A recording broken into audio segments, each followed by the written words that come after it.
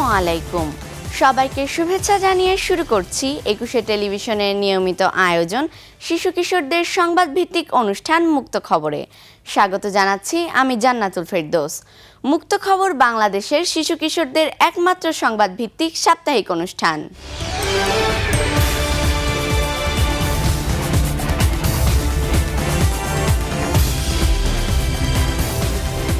প্রশিক্ষণপ্রাপ্ত ৪০ জন শিশু সাংবাদিকের এই দলে সমাজের সব শ্রেণীর কিশোর কিশোরীরা রয়েছে। মুক্ত খবর অনুষ্ঠানের গবেষণা, সংবাদ তৈরি এবং সম্পাদনায় এরা অংশ নেয়।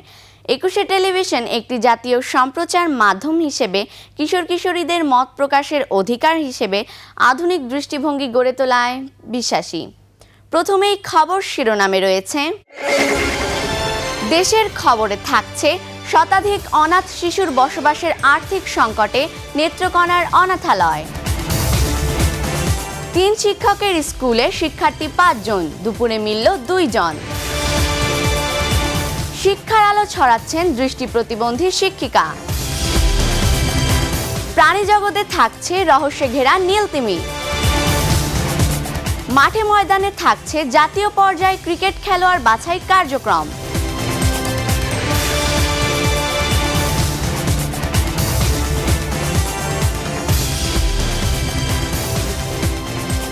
এবার বিস্তারিত।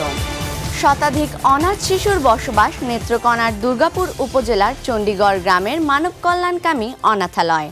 নানা সম্প্রদায়ের এই শিশুদের কারো মা নেই, কারো বাবা নেই, কেউ বা হতদরিদ্র, আবার কোনো মা বাবা রেখে গেছেন এই অনাথালয়। এখানে বছরের পর বছর আছে এই অনাথ অসহায় শিশুরা। তারা শিখছে লেখাপড়া, কিন্তু ৫ বছর আগে প্রতিষ্ঠাতা নিত্যানন্দ গোস্বামী নয়ন মারা যাওয়ায় শিশুদের ভরণ পোষণ নিয়ে বিপাকে পড়েছেন দায়িত্বরত কর্মীরা। বিস্তারিত রিপোর্ট করছেন ইয়াসাদ বিন সাজিদ রাফান। শতাধিক অনাথ শিশু নিয়ে আর্থিক সংকটে নেত্রকোনার চণ্ডীগড়ের মানব কল্যাণকামী অনাথালয়। প্রতিষ্ঠাতা মৃত্যুর পর থমকে গেছে অনাথালয়ের বেশ কিছু কার্যক্রম। ৩ একর ৩৭% জমির ওপর সারি বাঁধা কয়েকটি আধা পাকা ও টিন শেড ঘর, বাগান, পুকুর, খেলার মাঠ নিয়ে ১৯৯৬ সালের ১১ই মার্চ দুর্গাপুর উপজেলায় গড়ে ওঠে মানব কল্যাণকামী অনাথালয়টি। অনাথ নিবাস ছাড়াও আছে বৃদ্ধানিবাস, বিধবা ও স্বামী পরিত্যক্তদের আশ্রয় কেন্দ্র, দাতব্য চিকিৎসা সহ আরও অনেক কিছু। নিজের সবকিছু জমি প্রতিষ্ঠানে দান করে গড়ে উঠেছে এই প্রতিষ্ঠানটি। অনাথ আশ্রমের প্রতিষ্ঠাতা নিত্যানন্দ গোস্বামী নয়ন ২০২০ সালের ৭ই সেপ্টেম্বর মারা যাওয়ায় অনেকটা বিপাকে পড়ে যায় অনাথালয়ের শিশুরা। খেয়ে না খেয়ে দিন কাটছে তাদের। আমার মা বাবা তারা অনেক দরিদ্র, ওনাদের বয়স হয়েছে, তাই ওনারা ভালো মতো কাজ করতে পারে না। তার জন্য আমি এখানে এসেছি, আর এই আশ্রমে এসে আমার অনেক ভালো লাগে। বৃদ্ধ হয়ে আমার বাবা অসুস্থ আছে, তাই আমি এই প্রতিষ্ঠানে আগে দাদা দিদি থেকে জিজ্ঞেস করে আসছি, এবং আমার এই প্রতিষ্ঠানের পরিচালনাকে আমি শ্রদ্ধা করি। দেশের বিভিন্ন অঞ্চলে থাকা প্রাপ্ত সদস্যদের চাঁদায় চলত অনাথালয়টি। নিত্যানন্দ গোস্বামী মারা যাওয়ার পর অনাথ শিশুদের নিয়ে খুব কষ্টে দিনপাতি পার করছে এই অনাথালয়টি।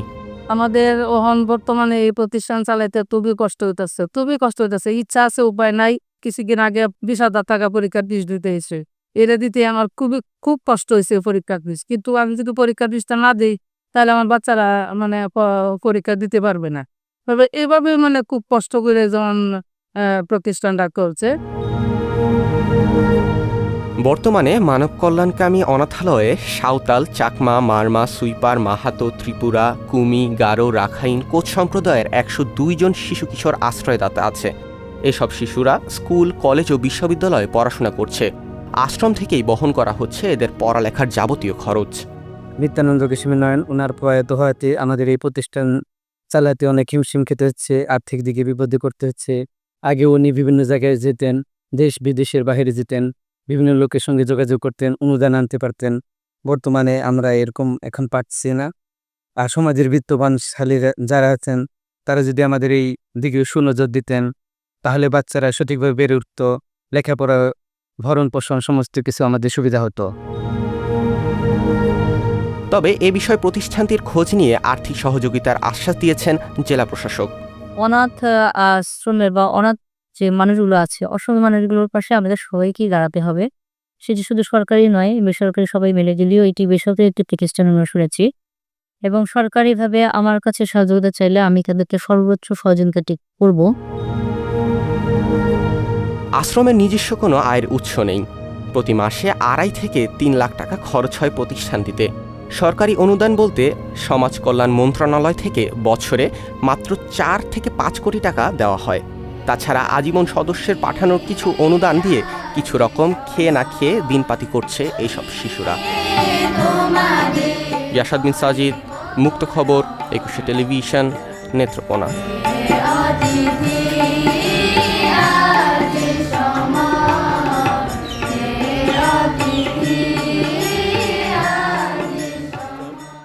এমন একটি বিরল শিক্ষা প্রতিষ্ঠানের সন্ধান মিলেছে যেখানে শিক্ষার্থীদের চেয়ে শিক্ষকের সংখ্যা বেশি। সিরাজগঞ্জের রায়গঞ্জে আন্দ্রা সরকারি প্রাথমিক বিদ্যালয়ের এখন এই অবস্থা। বিদ্যালয়টিতে সকালে 5 জন শিক্ষার্থী থাকলেও দুপুরে পাওয়া যায় মাত্র 2 জন ছাত্রী। অথচ 3 জন শিক্ষক ও দপ্তরি মিলে বিদ্যালয়টিতে আছে 4 জন কর্মরত। এই অবস্থায় স্কুলটি পরিচালনায় সরকারি অর্থ অপচয় রোধে দ্রুত কার্যকরী পদক্ষেপ দাবি স্থানীয়দের। বিস্তারিত আরও জানাচ্ছেন ওয়াসি সারোয়ার প্রাজ্ঞ।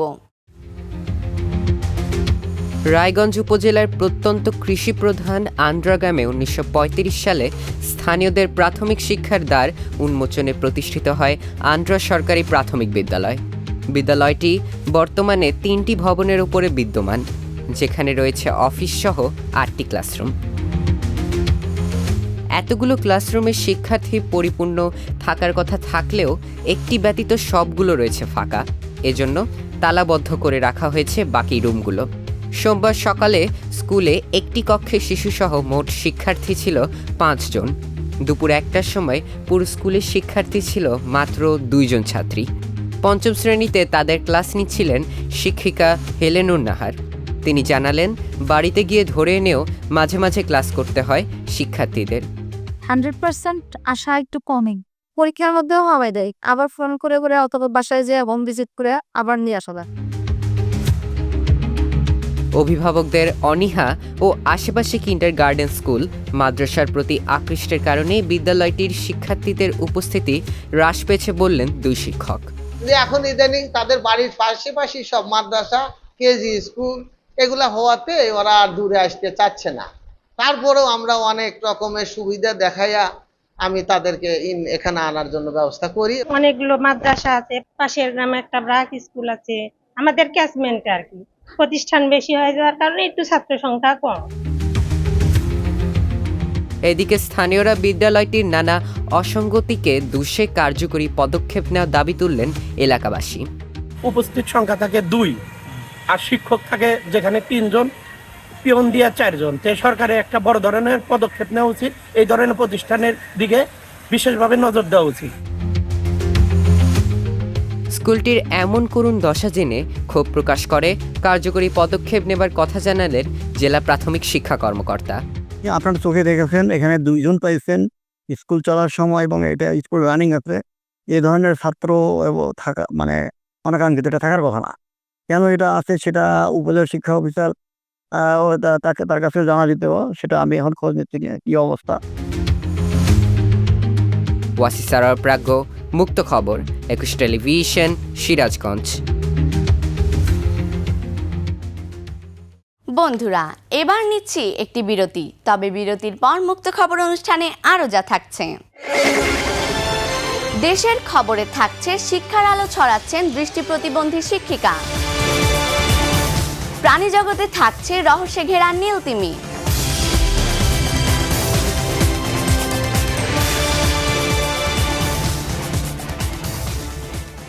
বিরতির পর আবারও স্বাগত জানাচ্ছি শিশু কিশোরদের সংবাদ ভিত্তিক অনুষ্ঠান মুক্ত খবরে।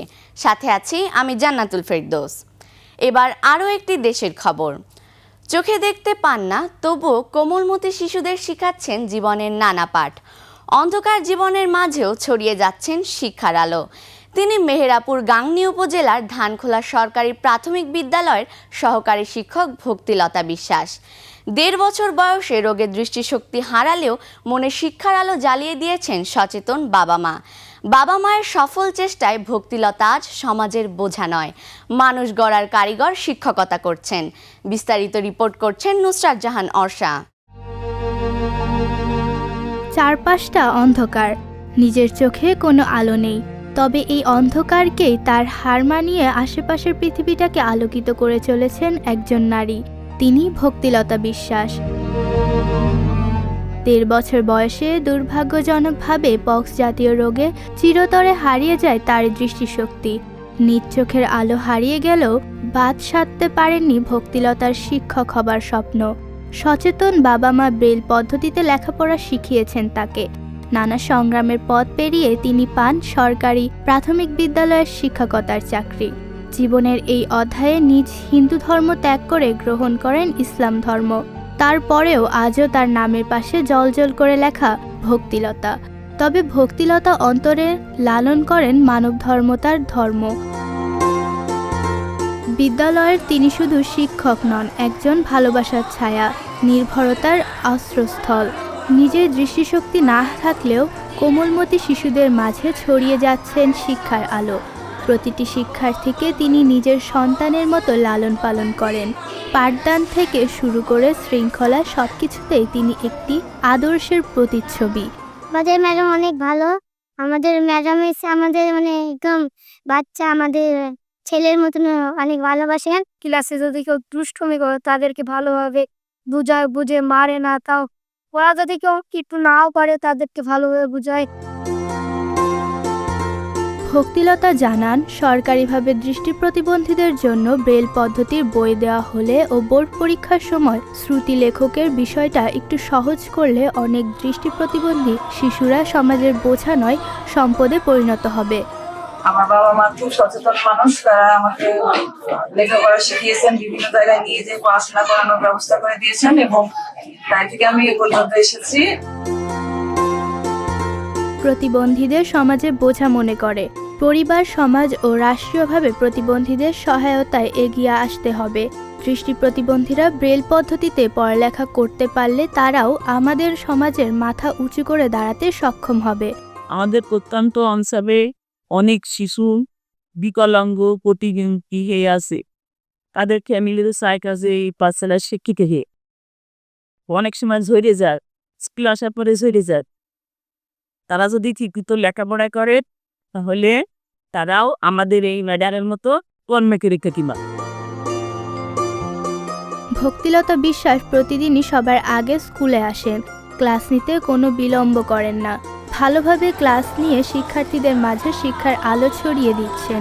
আমি সেখানে প্রধান হিসেবে থাকা অবস্থায় একজন প্রতিবন্ধী শিক্ষক আছে, যিনি অন্ধ প্রতিবন্ধী এবং উনি হিন্দু ধর্ম থেকে মুসলমান হয়েছে। ওনার স্বামী সেও অন্ধ প্রতিবন্ধী। তারা দুজনই অন্ধ প্রতিবন্ধী অবস্থায়, দুটো বাচ্চা হয়েছে, একটা ছেলে একটা মেয়ে। ছেলেটা ইন্টারে পড়ে, মেয়েটা ক্লাস 5-এ পড়ে। ওই ভক্তিলতা ওই সংসারে একমাত্র আয় রোজগারের পথ ধরে আছে। দৃষ্টি প্রতিবন্ধী শিক্ষকের শিক্ষাদান পদ্ধতি খুবই চমৎকার।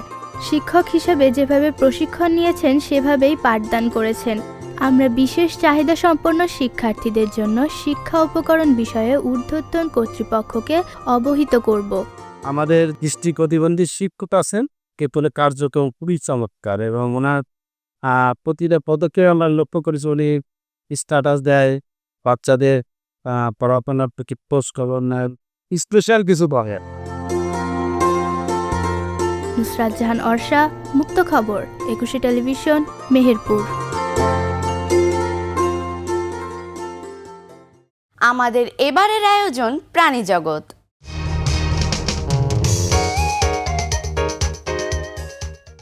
পৃথিবীতে এ পর্যন্ত যত প্রাণী এসেছে তার মধ্যে সবচেয়ে বড় হলো নীলতিমি।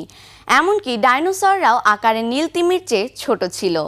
তিমি যখন নিঃশ্বাস ছাড়ে তখন সে তার মাথার ওপরের 2 ছিদ্র দিয়ে পানি ফোয়ারার মতো করে ছেড়ে দেয়, যা 30 ফুট পর্যন্ত ওপরে ওঠে। তিমির মাথার উপরের এই ছিদ্র এত বড় যে একটি ডলফিন সেখানে প্রবেশ করতে পারবে অনায়াসে। বিস্তারিত থাকছে অস্মিতা তালুকদারের ডেস্ক রিপোর্টে। নীলতিমি আকারে 200 টন পর্যন্ত হতে পারে, তবে গড়ে এরা 100 থেকে 150 টন হয়ে থাকে। খাবারের সন্ধানে নীলতিমি বছরে 1000 মাইল পর্যন্ত ভ্রমণ করে থাকে। এরা ক্রিল নামের এক ধরনের ছোট চিংড়ি মাছ খেয়ে বেঁচে থাকে। সবচেয়ে বড় প্রাণী নীলতিমি। নীলতিমির পেট ভরতে 1 টন বা 1000 কেজি krill দরকার হয়। তবে এরা সারাদিনে প্রায় 3600 কেজি krill খায়। নীলতিমি সাগরের 315 মিটার গভীর পর্যন্ত যেতে পারে। নীলতিমি সমুদ্রে থাকে, কিন্তু পানির গভীরে শ্বাস নিতে পারে না। এরা মানুষের মতনই বাতাসে শ্বাস নেয়, তবে মানুষের মতো প্রতি মুহূর্তে নিঃশ্বাস নিতে হয় না তাদের। সর্বোচ্চ 30 মিনিট পর্যন্ত দম না নিয়ে পানিতে ডুবে থাকতে পারে তারা। তিমি যখন নিঃশ্বাস ছাড়ে তখন সে তার মাথার উপরের 2 ছিদ্র দিয়ে পানির ফোয়ারার মতো করে ছুড়ে দেয়, যা 30 ফুট পর্যন্ত উপরে ওঠে। তিমির মাথার উপরের এই ছিদ্র এত বড় যে একটি ডলফিন সেখানে প্রবেশ করতে পারবে। জন্মের সময় নীলতিমির বাচ্চার ওজন হয় প্রায় 3 টন, লম্বায় হয় প্রায় 25 ফুট। জন্মের পর 6 মাস প্রতিদিন সে প্রায় 500 লিটার দুধ পান করে। দীর্ঘদিন বাঁচে নীলতিমি। গড়ে তাদের আয়ু 80 থেকে 90 বছর। নীলতিমির কোনো দাঁত নেই, তবে মুখের ভেতরের উপরের চোয়ালে বেলিন নামে পর্দার মতো এক ধরনের তন্তু রয়েছে। এরা ছোট চিংড়ি মাছ খায়, সেজন্য দাঁতের প্রয়োজন হয় না। এদের এক চোয়ালে 790টির মতো বেলিন থাকে। প্রাণী জগতের সবচেয়ে জিহবার মালিক হল নীলতিমি। তাদের জিহবার ওজন প্রায় 4 টন। শরীরের তুলনায় এদের মস্তিষ্কের আকার বেশ ছোট, ওজন মাত্র 6 কেজি। মানুষের মস্তিষ্কের ওজন 1 কেজি 400 গ্রাম। নীলতিমি বিপন্নপ্রায় প্রাণী। সাগর নোংরা ও দূষিত হওয়ার ফলে অনেক নীলতিমি মারা যাচ্ছে। আবার প্রতি বছর মানুষ অনেক নীলতিমি হত্যা করছে। পৃথিবীর এই মুহূর্তে 25,000-এর মতো নীলতিমি বেঁচে আছে। অস্মিতা তালুকদার, ডেস্ক রিপোর্ট, মুক্ত খবর, 21 টেলিভিশন। বন্ধুরা, আবারও নিতে হচ্ছে একটি বিরতি। তবে বিরতির পর মুক্ত খবর অনুষ্ঠানে আরও যা থাকছে। মাঠে ময়দানে থাকছে জাতীয় পর্যায়ে ক্রিকেট খেলোয়াড় বাছাই কার্যক্রম।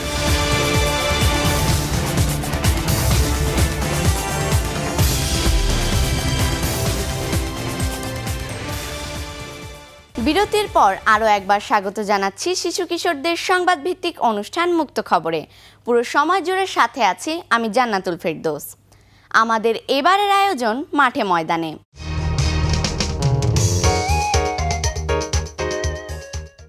জাতীয় পর্যায়ের বয়সভিত্তিক ক্রিকেট দলের জন্য প্রতিভাবান খেলোয়াড় বাছাই কার্যক্রম অনুষ্ঠিত হয়েছে ঢাকার ধামরায়ে। হার্ডিঞ্জ উচ্চ বিদ্যালয়ের মাঠে চলে দিনব্যাপী কার্যক্রম। প্রাথমিকভাবে নির্বাচিত খেলোয়াড়দের পরবর্তী ধাপে প্রশিক্ষণ ও মূল্যায়নের জন্য ডাকা হবে বলে জানিয়েছেন আয়োজকরা। বিস্তারিত রিপোর্ট করছেন ফাহিম রহমান। বয়সভিত্তিক জাতীয় দলের সম্ভাব্য ক্রিকেটারদের খুঁজে বের করতে ধামরায় আয়োজন করা হয় খেলোয়াড় বাছাই কার্যক্রম। স্থানীয় হার্ডিঞ্জ উচ্চ বিদ্যালয়ের মাঠে সকাল থেকেই হাজির হয় শতাধিক তরুণ ক্রিকেট প্রেমী। আমি ট্রায়াল দিতে আসছি হার্ডিঞ্জ স্কুল অ্যান্ড কলেজে ধামরাই। এখানে আন্ডার 40, আন্ডার 60 এবং আন্ডার 18-এর ট্রায়াল হচ্ছে। আমি আন্ডার 14 সেকশনে আছি এবং ট্রায়াল দিতে দিয়ে আমার অনেক ভালো লাগছে, কারণ বিগত দিনগুলোতে আমাদের আর কি ঢাকায় যে ট্রায়াল দিতে হতো, কিন্তু আমাদের এখন ধামরাইতে আর কি সুযোগটা দেওয়া হয়েছে। তো ধন্যবাদ জানাই বাংলাদেশ ক্রিকেট বোর্ডকে এত সুন্দর একটি সুযোগ করে দেওয়ার জন্য। বিভিন্ন ধাপের বাছাই প্রক্রিয়ার মধ্যে দিয়ে প্রাথমিকভাবে নির্বাচন করা হয় সম্ভাবনাময় খেলোয়াড়দের। মাঠে অনুশীলন, পরীক্ষা, ব্যাটিং বোলিং দক্ষতার ভিত্তিতে নির্বাচকরা মূল্যায়ন করেন খেলোয়াড়দের।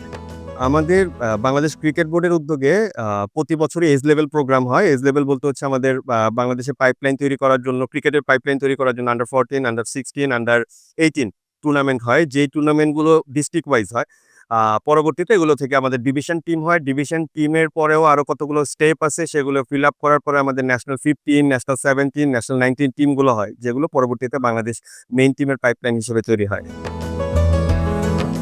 এমন উদ্যোগ নিয়মিত হলে স্থানীয় পর্যায়ের প্রতিভাবান খেলোয়াড়রা সামনে আসবে বলে মনে করেন অভিভাবক ও ক্রীড়া সংশ্লিষ্টরা।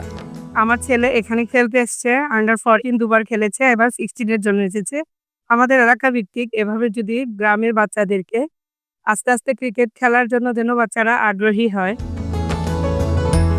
বয়সভিত্তিক পর্যায় থেকে ভবিষ্যতের জাতীয় দল গঠনের লক্ষ্যেই এমন উদ্যোগ বলে জানিয়েছেন আয়োজকরা। ফাহিম রহমান, মুক্ত খবর, 21 টেলিভিশন।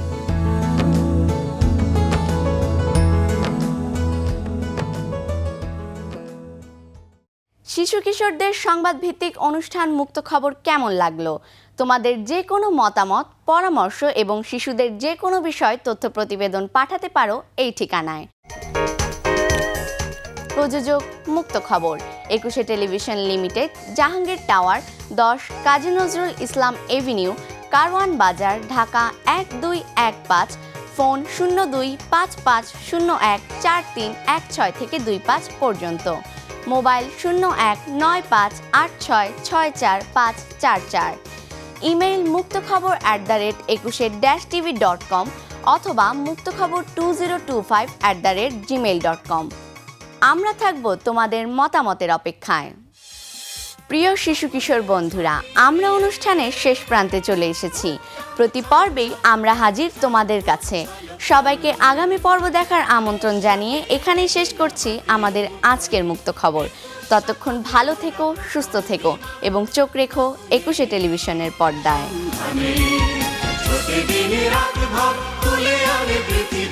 মুক্ত খবর, মুক্ত খবর, মুক্ত খবর।